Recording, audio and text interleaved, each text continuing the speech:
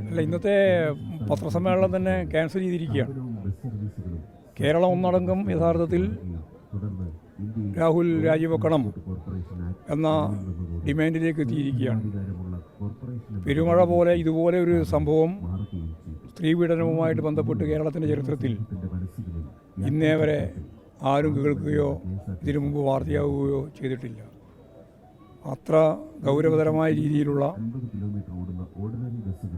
എന്ത് പദമാണ് ഉപയോഗിക്കുക എന്ന് പറയാൻ സാധിക്കില്ല. അങ്ങനെയുള്ള ഒരു ഗൗരവതരമായ ക്രിമിനൽ സംവിധാനമാണ് ഇവിടെ നടന്നിട്ടുള്ളത്. അതിനെതിരായി കേരള ജനങ്ങൾ ഒറ്റക്കെട്ടായി കക്ഷി രാഷ്ട്രീയത്തിന് അതീതമായി നിൽക്കുകയാണ്. സ്വാഭാവികമായിട്ടും ഇന്നല്ലെങ്കിൽ നാളെ രാജിവെക്കേണ്ടി വരുമെന്ന കാര്യത്തിൽ യാതൊരു സംശയമില്ല. രാജിവെക്കണം എന്നുള്ള രാജിവെക്കണം എന്ന നിലപാട് ഉറച്ച രീതിയിൽ തന്നെ CPIM ഉൾപ്പെടെ പറഞ്ഞു കഴിഞ്ഞിരിക്കുകയാണ്. ആരോപണമല്ലല്ലോ ഇത്, അതാണ് നിങ്ങൾക്ക് മനസ്സിലാവാത്തത്. മനസ്സിലായി. ആരോപണമല്ലല്ലോ ഇത് നിങ്ങൾ ഇതുവരെ പറഞ്ഞുകൊണ്ടിരുന്നത് മുഴുവൻ ആരോപണമല്ലേ? ഇത് ആരോപണമല്ലല്ലോ, വസ്തുതാപരമായ തെളിവുകൾ ലോകത്തിൻ്റെ മുമ്പിൽ നിരന്നിരിക്കുകയാണ്. ആ നിരന്നിരിക്കുന്ന തെളിവുകൾ അടിസ്ഥാനപ്പെടുത്തിയിട്ട് നിലപാടുകൾ സ്വീകരിക്കണം എന്നാണ് ഇപ്പോൾ ഞങ്ങൾ പറഞ്ഞത്. അല്ലാതെ ആരോപണം അടിസ്ഥാനപ്പെടുത്തിയിട്ട് രാജിവെക്കണം എന്നല്ല.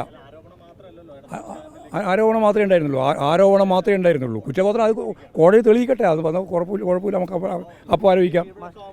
ഇത് പുതിയ കീഴ്വഴക്കം. ഇങ്ങനെ ഒരു സംഭവം ഇതിന് മുമ്പ് എപ്പം ഉണ്ടായിട്ടുണ്ടോ? ഇതുപോലെ ഉണ്ടോ? ലോകത്തിനുണ്ടായത് എനിക്കറിയില്ല. ഇവിടെ കേരളത്തിൽ ഇതേവരെ ഉണ്ടായിട്ടില്ല. ഇപ്പോൾ 3, 4, 5 ആയിട്ടുണ്ട്. ഇനി 6, 7 ഇനിയും വരാൻ പോകുമെന്നാണ് പറയുന്നത്.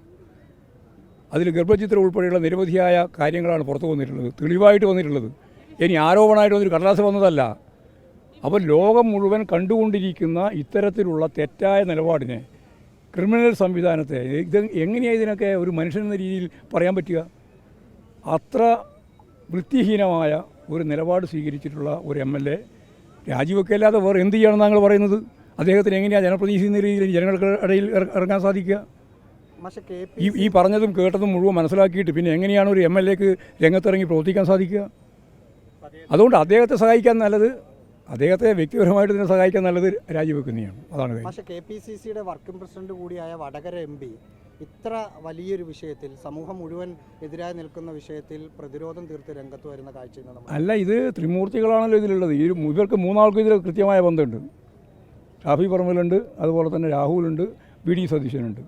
ഈ സംഭവം മുഴുവൻ അറിഞ്ഞിട്ടും അറിയാതെ പോലെ നടിക്കുകയും അവർക്ക് പ്രൊമോഷൻ നൽകുകയും ചെയ്തിട്ടുള്ളതാണ് KPCCയുടെയും ഏറ്റവും പ്രധാനപ്പെട്ട നേതാവായിട്ടുള്ള പ്രതിപക്ഷ നേതാവിൻ്റെ ഏറ്റവും വൃത്തികെട്ട രീതി. ആ രീതിയെ ശക്തിയായിട്ട് ജനങ്ങൾ എതിർക്കുന്നുണ്ട്.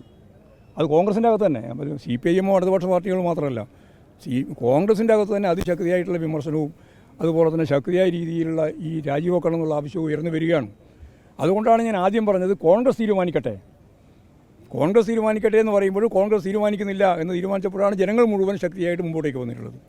അപ്പോൾ രാജിവെക്കല്ലാണ്ട് വേറൊരു വഴിയും ഇനി രാഹുലിൻ്റെ മുമ്പിലില്ല. മനുഷ്യാവകാശ കമ്മീഷൻ കേസെടുത്തിട്ടുണ്ട്. ഇനി കേസ് വരും. ഇതുപോലെ ഒരു പെറ്റീഷനും കൊടുക്കേണ്ട കാര്യമില്ല. ഇത് മുഴുവൻ തെളിവായിട്ട് ജനങ്ങളുടെ മുമ്പിൽ, ലോകത്തെമ്പാടുമുള്ള മനുഷ്യൻ്റെ മുമ്പിൽ വന്നു കഴിഞ്ഞിരിക്കുകയാണ്. അത് പോലീസിൻ്റെ കാര്യം ഞാനല്ലോ പറയേണ്ടത്. എങ്ങനെ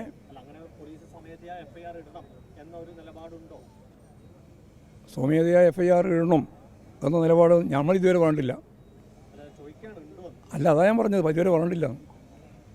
നിങ്ങൾക്ക് എന്താ ഉദ്ദേശിക്കുന്നത്? അതുകൊണ്ട് എന്ത് ഉത്തരമാണ് ഉദ്ദേശിക്കുന്നത് എന്ന് മനസ്സിലായിട്ടില്ല. പരാതി ഇല്ലാതെ തന്നെ പോലീസ് നേരിട്ട്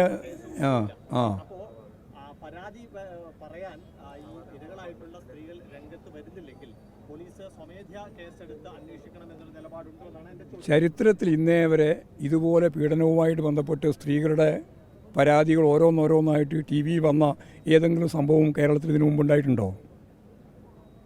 പറ, ഏതെങ്കിലും സംഭവം പറ ഉണ്ടെങ്കിൽ. ഇല്ല, ഉണ്ടായില്ലല്ലോ. അല്ല, അതിനാദ്യം ഉത്തരം പറഞ്ഞു.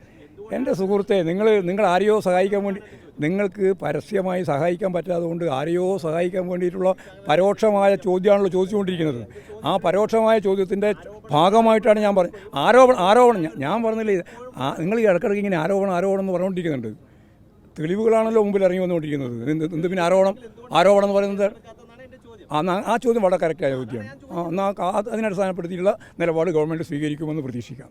യെസ്, ഉത്തരം ശരിയായില്ലേ? ചോദ്യം ശരിയായാൽ ഉത്തരം ശരിയാവും.